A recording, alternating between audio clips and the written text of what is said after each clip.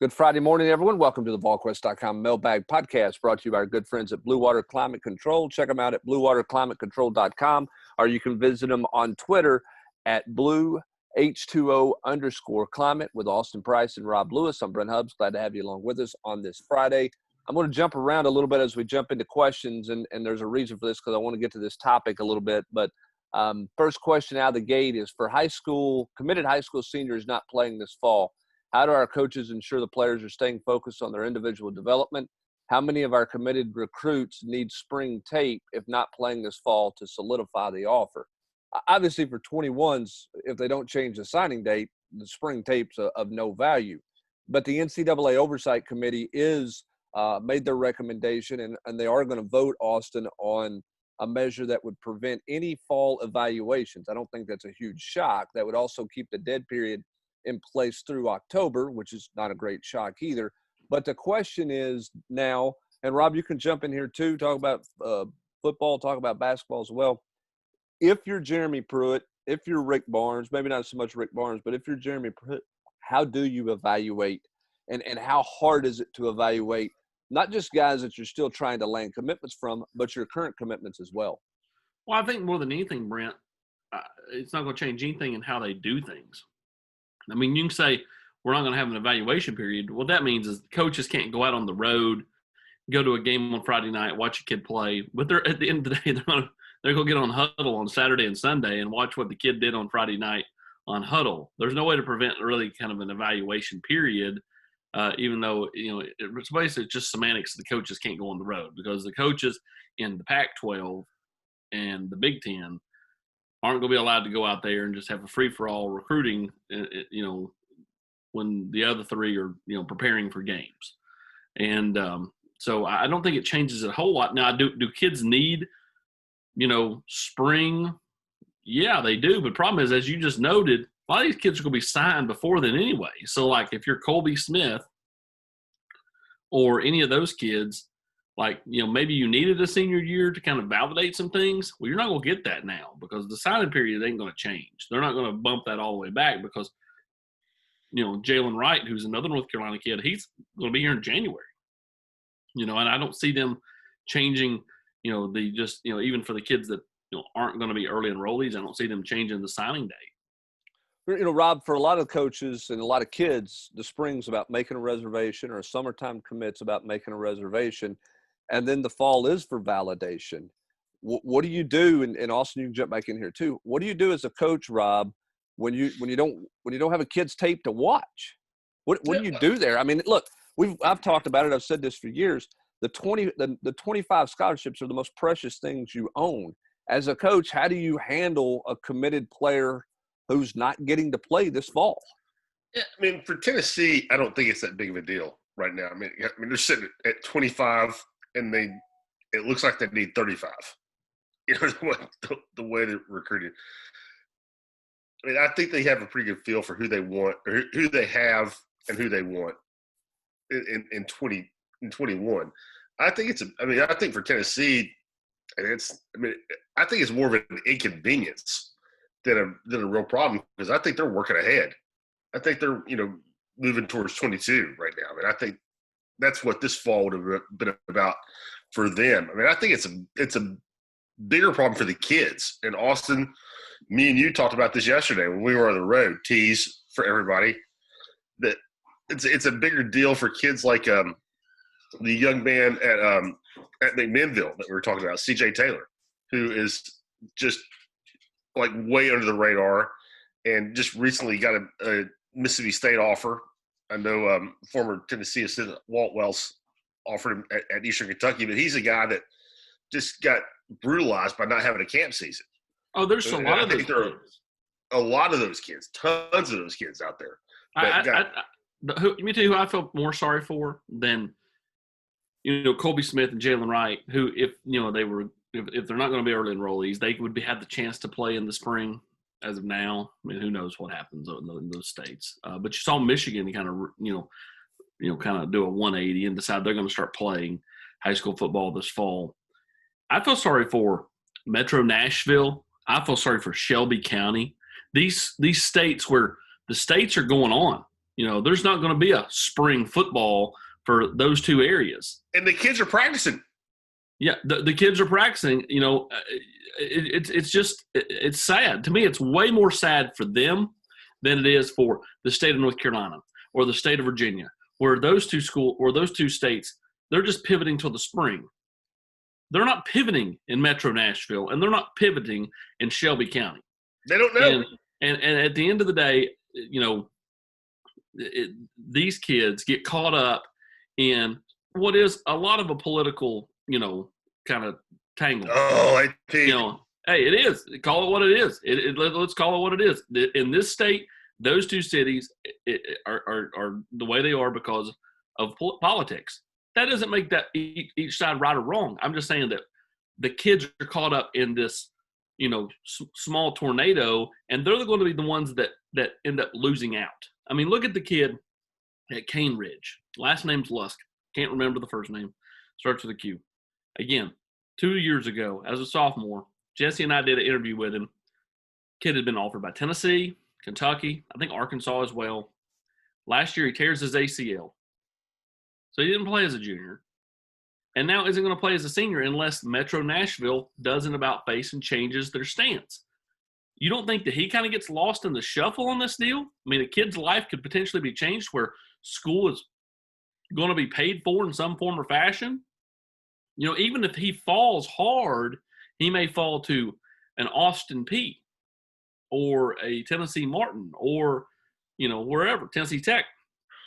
That's still paid for school.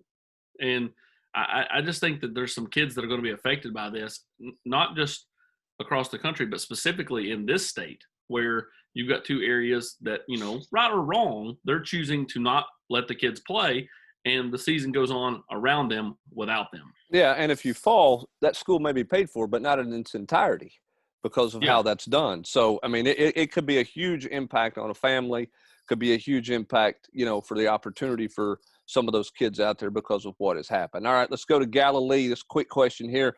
Any 21 Memphis prospects have committable offers? Tennessee's the focus in Memphis, Austin's on 22, right?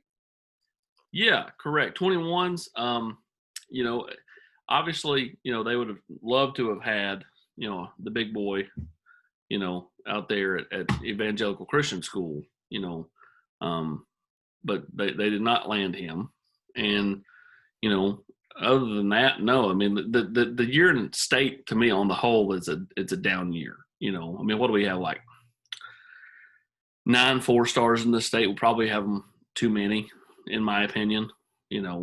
Just kind of calling it is what it is. A couple of guys that probably should be 4-stars aren't. Probably a few kids that shouldn't be are.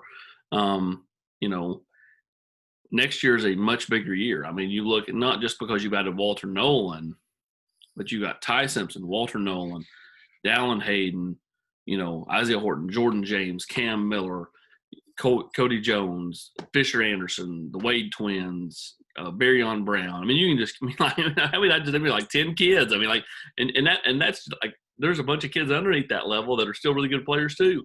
So next year's a really good year, especially in Memphis, where you do have Cam Miller and Cody Jones, and obviously, Dallin Hayden and Walter Nolan. But with the 21s, yeah, I mean, it was few and far between as far as number of kids in the state that Tennessee actually wanted in 21. All right. Hubbard, did Galilee just ask a question about Memphis? That's like AP asking a question about like what's the best like fast food hamburger off the Cedar Bluff exit. You're saying Galilee should know all those answers? I'm saying Galilee's got his finger on the pulse in Memphis. All right, let's go to Noravol 99. Impact on the impact of this year on eligibility. We've talked mostly about seniors coming back. On freshmen, I just want to be clear. They can play in every game this year and still be a true freshman and 21 with 5 years to play for. That is correct. And the answer to that is yes, that is correct based off of what the NCAA has passed. And in most instances, none of the kids are like, oh, yeah, I got an extra year. Because in most instances, the thought process of the mind is, I'm going to be 3 and done. Everybody thinks that. Drew Richmond, who redshirted as a freshman, thought he was playing 2 years and he was going to the league. Yeah, and that's the facts. Yeah. So Kids don't want a red shirt. They don't have any. He went to the league, like the Pac-12's the league. Yeah, he transferred to that league. But most of these kids, want to go somewhere and believe they're going somewhere after 3 years. All right, Bronco Vol. Uncle Austin, I've got to read this one because this is titled to you. Uncle Austin, is Catholic's Tommy Winton a take for Tennessee, and is Tennessee recruiting Dallin Hayden as a running back or a cornerback? Well, let's start with Dallin first. They were recruiting him as a cornerback. Now, is Dallin going to potentially turn into a running back? I think there's a chance. Obviously, he's had a strong start to his senior year or to his junior year. He went for over 260 first game, went over 150 last week. Tonight, got a huge game against MUS. This is a big game for the brothers at Christian brothers. So I think ultimately, he probably still sticks at corner, but I'm not going to say that he can't transform himself into a running back. His body's changed. More than anything, probably he moves into safety more so than corner in the secondary. And then Tommy Winton, at this point, I would not consider him a take at Tennessee, but I do think Tommy's got a chance to work himself into being one over time. I think had Tommy been able to camp this summer, I think Tommy's evaluation in person for Tennessee coaches would be different. And that's not to say that they've evaluated him in some form or fashion that's, lower than what he is. That's not the case. What I'm saying is I think that they may be pushing harder for him had he been able to work out for them and them to kind of get their hands on him in camp. They weren't able to do that. So now you're basing everything off of high school tape. Well, Tommy played West Green first week, then did not play last week against, Trinity. And so they don't play tonight. So, like a lot of these, schools, when coaches are questioning a kid, they say, okay, I'm going to watch the first 3 games. The first 3 games of the season. And then we'll start to and then we'll kind of, see if, we change our evaluation. Well, there is no 3 games for Tommy right now. He's only played 1, and it was against West Green. Of course, Tommy's going to dominate West Green. Chucky Doak. Or Chucky Doak. Whoever. But they played West Green the other day. You're the prep assassin. Either way, they played a directional green. That he dominated. All right. And is he defensive back, AP? In college? I don't know. I'm not talking to Tennessee's coaches about that. I like him wide receiver. I think Tommy's a really good player. And I think he'll only benefit catching balls from Caden Martin. So, I personally like Tommy Winton a lot. Let's go to Volunteered 87. Is the biggest winner of all of college football's uncertainty Jamie Newman? He gets to evaluate his draft stock all season long without doing anything. Then he pulls the plug before everyone realizes he's a mediocre quarterback. He's got to – the NFL is going to work him out. So whatever warts he has will be discovered by the NFL, regardless of whether he's playing football or not playing football. All right, let's assume – follow up to his question. Let's assume Gibbs is the only opt-out. Who logs the most defensive tackle time? Who logs the most defensive time? Who logs the most outside linebacker time this season? Let's start with defensive tackle. I just think they're going to rotate in there. I don't know that there's anybody that logs a set period of time. A lot of bodies. I think they're going to keep rotating a lot of guys there. I thought from the defensive end standpoint, look, Shelton Felton had everybody.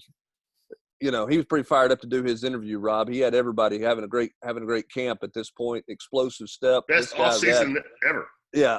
But I do think it's going to be interesting to see if DeAndre Johnson shows a pulse, early in the year. Where is he at? And then I think Roman Harrison is very important for Tennessee that he steps up moving forward. And look, Kevon Bennett's going to be there. I know that.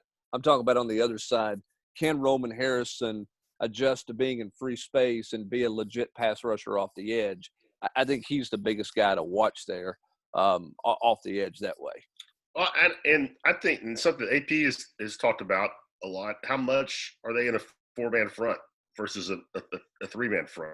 Because of you're set up much better, I think, on the defensive line than you are at outside linebacker. And how much are you playing like basically a 4-2-5 because you're in the nickel so much anyway. To me, the biggest X factor up front, Roman Harrison, whether he's an outside linebacker or defensive end, what does he give you as a sophomore? Because he's clearly a guy that has some ability. Darrell Middleton, does he find something? Physically, he to me looks like by far the most gifted guy in the front seven that's not named Henry To'oTo'o. He's just an X factor. I mean, can he flip the switch? Can he find something this offseason? Because that to me is some guy that the one guy I think that gave you something last year, but I don't think he scratched the surface of what he can give you potentially. All right, let's go to TGX. Outside of Trey on offense and Henry T on defense, any idea who the leaders are on this team? And as a follow-up to last week's pod, has anybody had the burger at Abridged? I was shocked that none of you were stopping by there on your way out of town. Yeah, it's good, by the way. Totally. Old hat. It's good. Solid.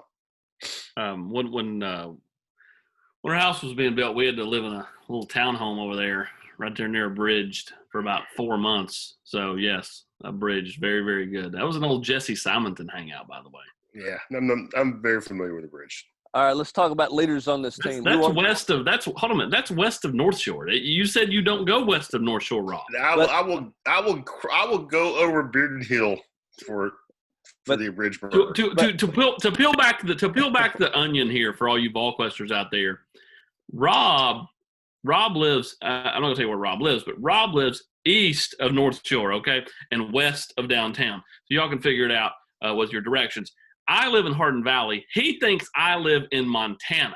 So, like, if you go to the Krispy Kreme right there at North Shore and Paper Mill, or North Shore and Kingston Pike, he thinks that's like driving to St. Louis. So, again, that just gives you kind of a little bit of a peel back on old Rob. Well, if I had to go to Austin's house to eat dinner, I would have to get a hotel room or spend the night with him.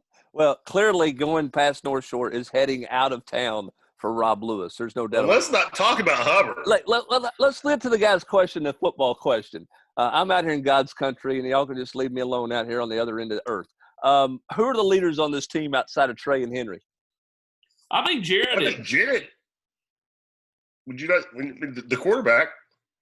Yeah, I mean, I think Jarrett really has stepped up his leadership. I put it in the war room on late Thursday night. Josh Palmer has really garnered praise from people around the program for the way he has grown up and become more of a mentor leader for those younger wide receivers. Kind of crediting Jawan and Marquez for, doing the same thing with him the last few years. So I think the team continues to evolve and add new leadership.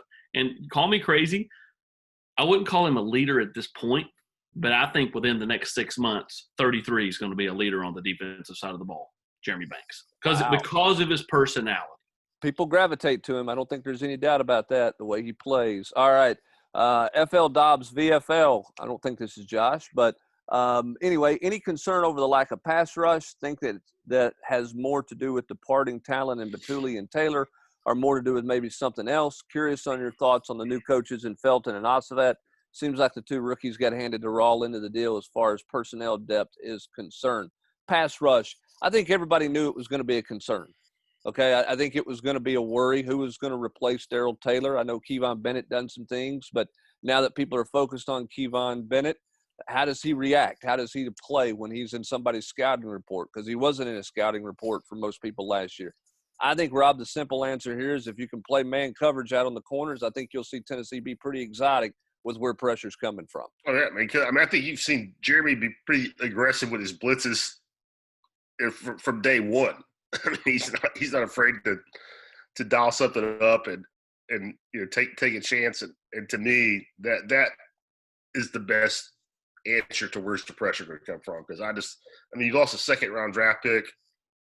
I mean, do you see anybody in that front seven outside of Henry who's not a pass rusher, who's that kind of talent? I mean, I don't right now. I mean, maybe Roman Harrison is that guy, maybe Darrell Middleton is that guy, but they certainly don't have the body of work to where you say that there's 8 or 9 sacks coming from one individual like you had with Darrell.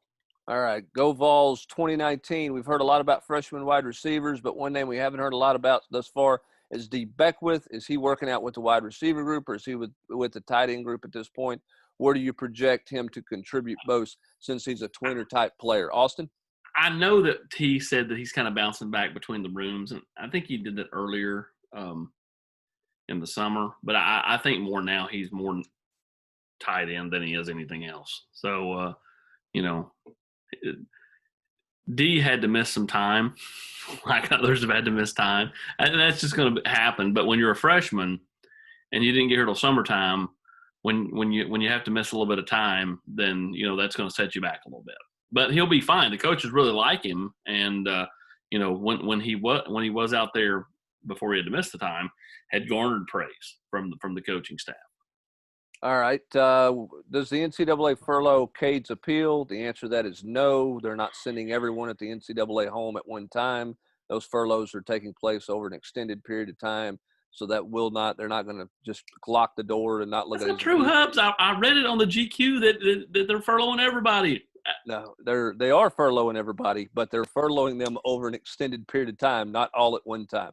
Apple Orange wants to know, Rob Lewis, if basketball season begins today, who's Barnes' starting five?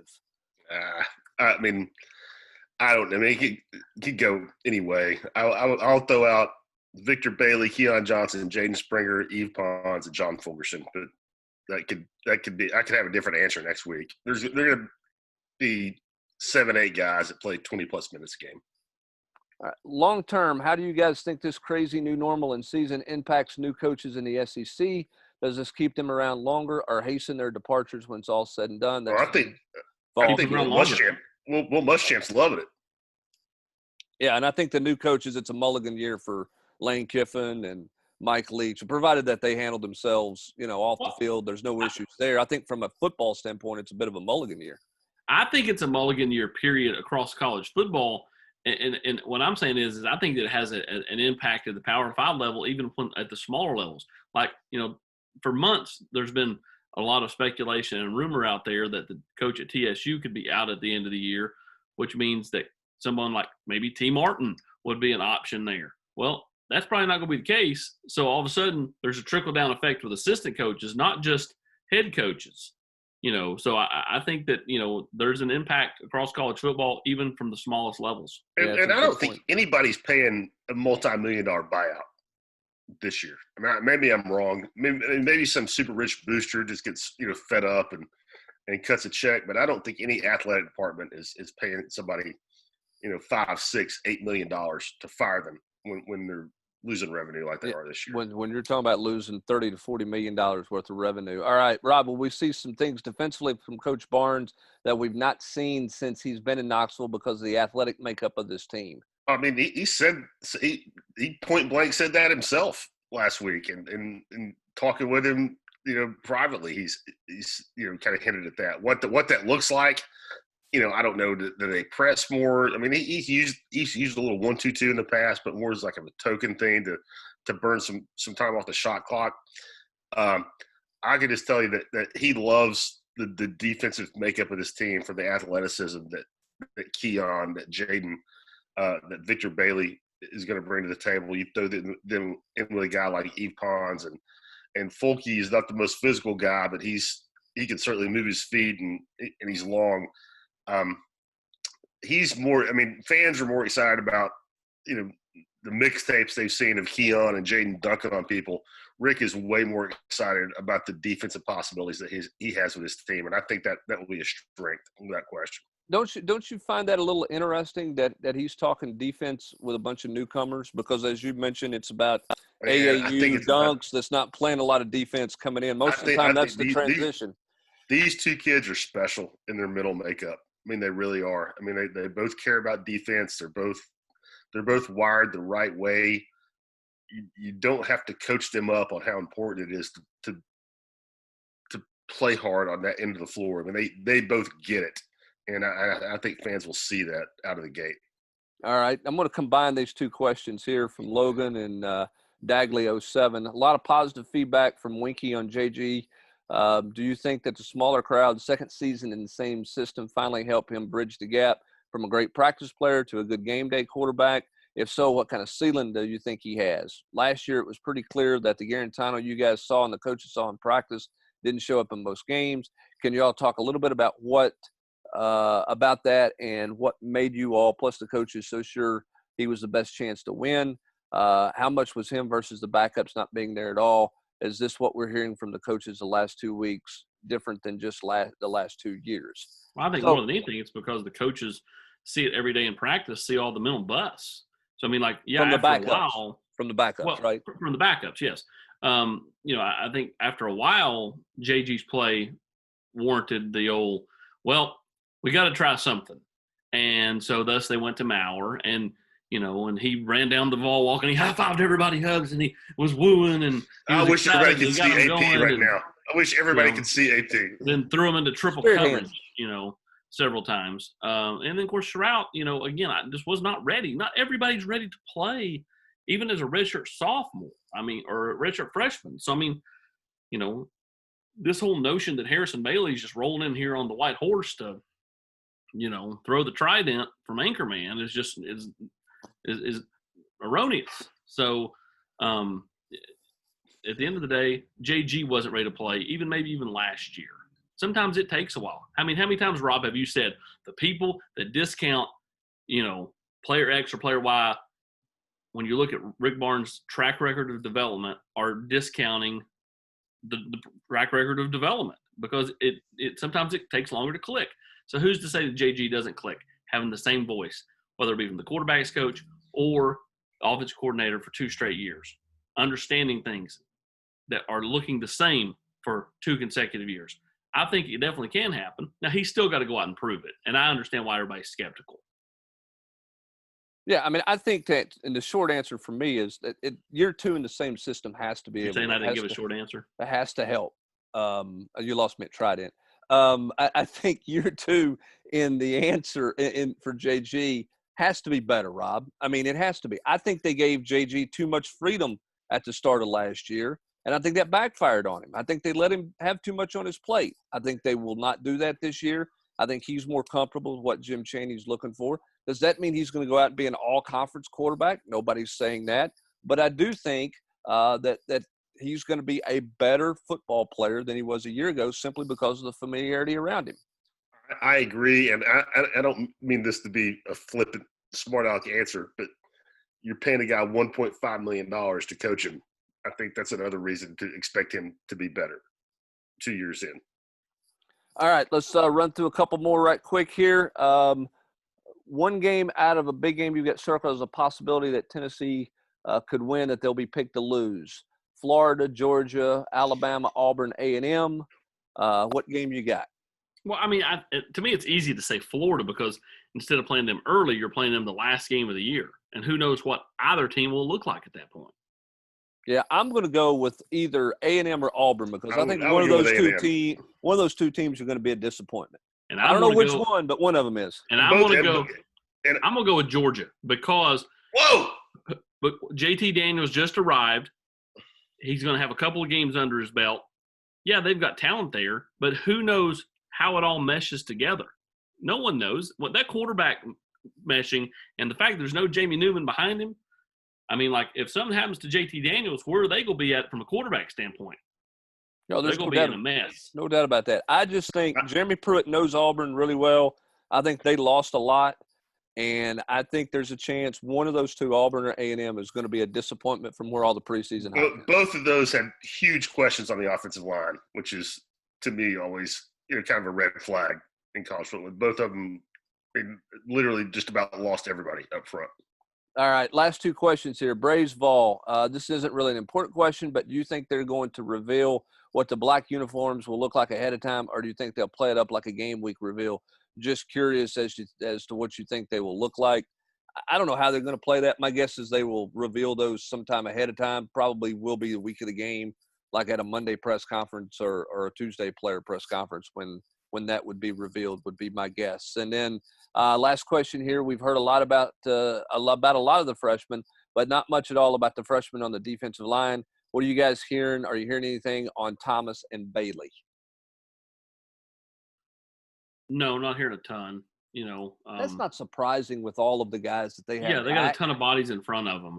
No one is going, I don't think he's very good. No one's saying that. They're just saying, hey, they've got, to climb ahead on the depth chart, they're going to have to climb through like 10 guys and 10 guys that have played football, that have that are ready and have that college body already. And I think that for Dominic and for Big O. It's just a matter of time, but you've got to have time. They've not had it. Well, and here's the thing too. There's a couple of guys who've come through this program that are really good players on the defensive interior, really good players who made a lot of money in the NFL, who weren't ready to play as freshmen, who I would call elite. I mean, John Henderson, he was a partial, couldn't play, but he wasn't ready to do John Henderson things as a freshman. Albert Haynesworth obviously wasn't there. So that's the hardest position, I think, one of the hardest positions to transition from high school to. Because, Rob, you just – if you're big and got some power, a lot of those guys, they just bull rushed everybody every play in high school. Sure. That's not how it works when you line up across from Trey Smith. Technique is a big deal. Yeah, it is. Going against, the kind of size and skill you're going to get and sit in the offensive line. And I think it's hard as a freshman to play on the offensive line, but I think it's harder to play on the defensive line because of what you're talking about. Those guys – if you're an SEC defensive lineman as a high school player, I mean, you bullied everybody for 3 or 4 years in high. You're not worried about your first step. You're not worried about where your hand goes on the guy's chest, or that kind of thing for 3 or 4 years playing high school football. You've destroyed people, and it's a whole new ballgame. It certainly is. All right, my last question to you guys, then we'll get out to the gate here. Does the Big Ten unveil a season plan in the next week? Yes. You think so? I think just looking at Michigan, the pressure that's up there, the stuff you hear about all the coaches, I kind of like discount the coaches a little bit, but they wouldn't be so vocal if there weren't a lot of big money people that had influence behind them. I think, backing them up to make sure that, they didn't get heat for the administration. I'm with Austin. I kind of think they do. Going to be fascinating to see what happens there with the presidents and where all of that stands over the course of the next coming days, because as more teams play, more games are played. We had games last night. We got more games coming up tomorrow. As more of those happen, the pressure is going to mount if there's not any repercussions for those games. If there's not any downside to those kids playing games, I think the pressure is going to mount. It's going to be fascinating to see what the university presidents do up there over the next week or so. Hey, guys, have been telling you about this for a while. That's the Blue Water Climate Control $79.99 tune-up that they've got going on. We know the summer is here. The summer heat is here. The humidity is here. The most practical thing you can do is avoid wasting money this time of year. We know in September it's still going to be hot. Summer's not over. At the end of August, as we roll into September, we know the humidity around here is not going away. If you're having air conditioning issues, or you haven't had your system cleaned up and tuned up, you need to do so. Give Blue Water Climate Control a call today and let them set up an appointment for you for a tune-up. Or if you're having issues, let them come out and do the repair the right way the first time. All of their repairs come with a 1-year guarantee. For more information on their tune-up and all their other services, give them a call at 865-299-2290, or book an appointment online. You can go to bluewaterclimatecontrol.com, pick a day and a time that works best for you. For more on Blue Water Climate Control, check them out online at their website, bluewaterclimatecontrol.com. For Austin Price and Rob Lewis, I'm Brent Hubbs. Thanks for joining us for this mailbag edition of the Volquest.com podcast. Have a great Friday, everybody.